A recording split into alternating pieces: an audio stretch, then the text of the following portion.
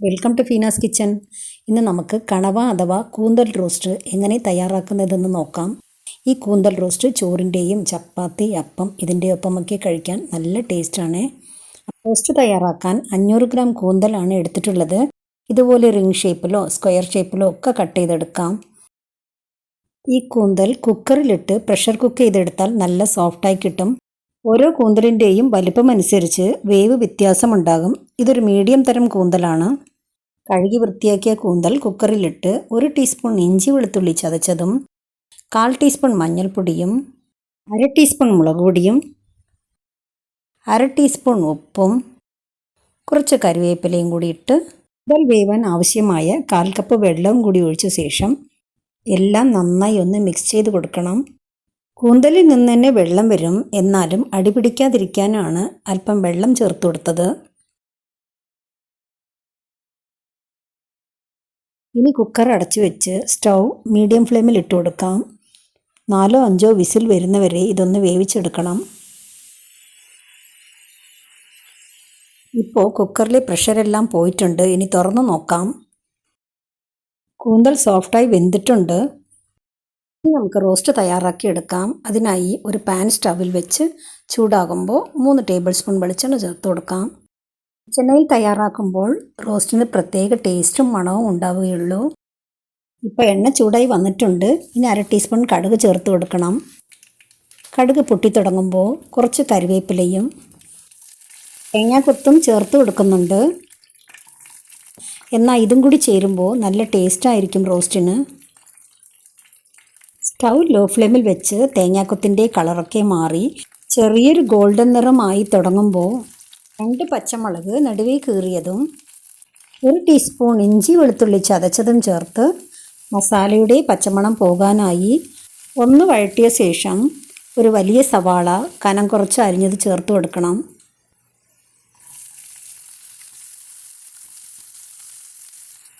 ഇനി ചേർക്കേണ്ടത് 15ഓളം ചെറിയ ഉള്ളി ചെറുതായി അരിഞ്ഞതാണ്.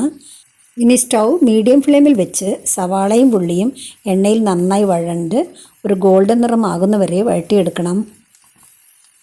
ഇത്രയും കളർ മാറണം, എന്നാലേ നമ്മുടെ റോസ്റ്റിന് ടേസ്റ്റ് ഉണ്ടാവുകയുള്ളൂ.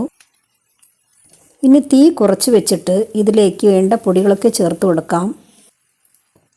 ആദ്യം 1/4 ടീസ്പൂൺ മഞ്ഞൾപ്പൊടി ചേർക്കുന്നുണ്ട്. പിന്നെ 1 ടേബിൾ സ്പൂൺ കാശ്മീരി മുളക് പൊടിയും 1/2 ടേബിൾ സ്പൂൺ മല്ലിപ്പൊടിയും 1/2 ടീസ്പൂൺ പെരുംജീരകത്തിൻ്റെ പൊടിയും 1/2 ടീസ്പൂൺ ഗരം മസാല പൊടിയിട്ട് ഇനി പൊടികളുടെ പച്ചമണമൊക്കെ മാറുന്നവരെ നന്നായി വഴറ്റി കൊടുക്കണം. ഈ സമയത്ത് തീ നന്നായി കുറച്ച് വെച്ചിട്ട് വേണം മിക്സ് ചെയ്യാൻ. ഇപ്പോൾ പൊടികളുടെ പച്ചമണമൊക്കെ മാറി എണ്ണയൊക്കെ തെളിഞ്ഞ് വന്നിട്ടുണ്ട്. ഈ സമയം ചെറിയൊരു തക്കാളി ചെറുതായി കട്ട് ചെയ്തതും മസാലയ്ക്ക് ആവശ്യമായ 1/2 ടീസ്പൂൺ ഉപ്പും കൂടി ചേർത്ത് തക്കാളി നന്നായി വെന്ത് ഉടയുന്നവരെ 1 മിനിറ്റ് ഇതുപോലെ വഴറ്റിയെടുക്കണം. ഒരുപാട് പുളി കൂടി പോകരുത്. നമ്മുടെ റോസ്റ്റിന് ചെറിയൊരു തക്കാളി ചേർത്താൽ മതിയാകും. അതുപോലെ തന്നെ കണവ വേവിക്കുമ്പോൾ ഉപ്പ് ചേർക്കുന്നുണ്ട്. അതും കൂടി നോക്കിയിട്ട് വേണം ഉപ്പ് ചേർക്കാൻ. ഇനി കുക്കറിൽ നിന്ന് കൂന്തൽ വെന്ത വെള്ളം മാത്രം എടുത്ത് ഇതിലേക്ക് ഒഴിച്ചു കൊടുക്കാം. തക്കാളിയൊക്കെ ഈ വെള്ളത്തിൽ കിടന്ന് നന്നായി വെന്ത് വരട്ടെ. അതുവരെ നമുക്ക് ഈ പാൻ ഒന്ന് അടച്ചു വെക്കാം. ഇപ്പോൾ തക്കാളിയൊക്കെ നന്നായി വെന്ത് വന്നിട്ടുണ്ട്. ഇനി വേവിച്ച് വെച്ച കൂന്തലും കൂടി ചേർത്ത് എല്ലാം നല്ലപോലെ ഒന്ന് യോജിപ്പിച്ചെടുക്കണം.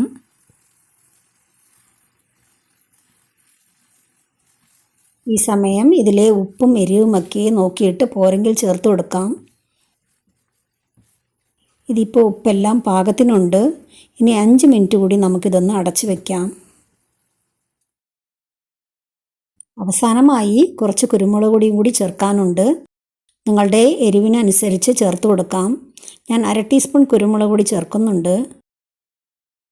കുരുമുളക് പൊടിയും കൂടി ചേരുമ്പോഴാണ് നമ്മുടെ റോസ്റ്റിൻ്റെ ഒരു പ്രത്യേക ടേസ്റ്റ് കൂടുന്നത്. ഇപ്പോൾ മസാലയൊക്കെ കൂന്തലിൽ നന്നായി പിടിച്ച് നല്ലൊരു മണമൊക്കെ വരുന്നുണ്ട്. ഞാൻ ഈ പരുവത്തിലാണ് കൂന്തൽ റോസ്റ്റ് തയ്യാറാക്കുന്നത്. നിങ്ങൾക്ക് വേണമെങ്കിൽ അല്പം നേരം കൂടി വഴറ്റി നന്നായി ഒന്ന് ഡ്രൈ ആക്കി എടുക്കാവുന്നതാണ്. ഇപ്പോൾ കാണുമ്പോൾ തന്നെ അറിയാലോ നമ്മുടെ കൂന്തൽ റോസ്റ്റ് എന്തുമാത്രം ടേസ്റ്റ് ആയിരിക്കുമെന്ന്. എല്ലാവരും ഇതുപോലെ ഒന്ന് ട്രൈ ചെയ്ത് നോക്കിയിട്ട് അഭിപ്രായങ്ങളൊക്കെ കമൻറ്റ് ബോക്സിൽ വന്ന് അറിയിക്കണേ.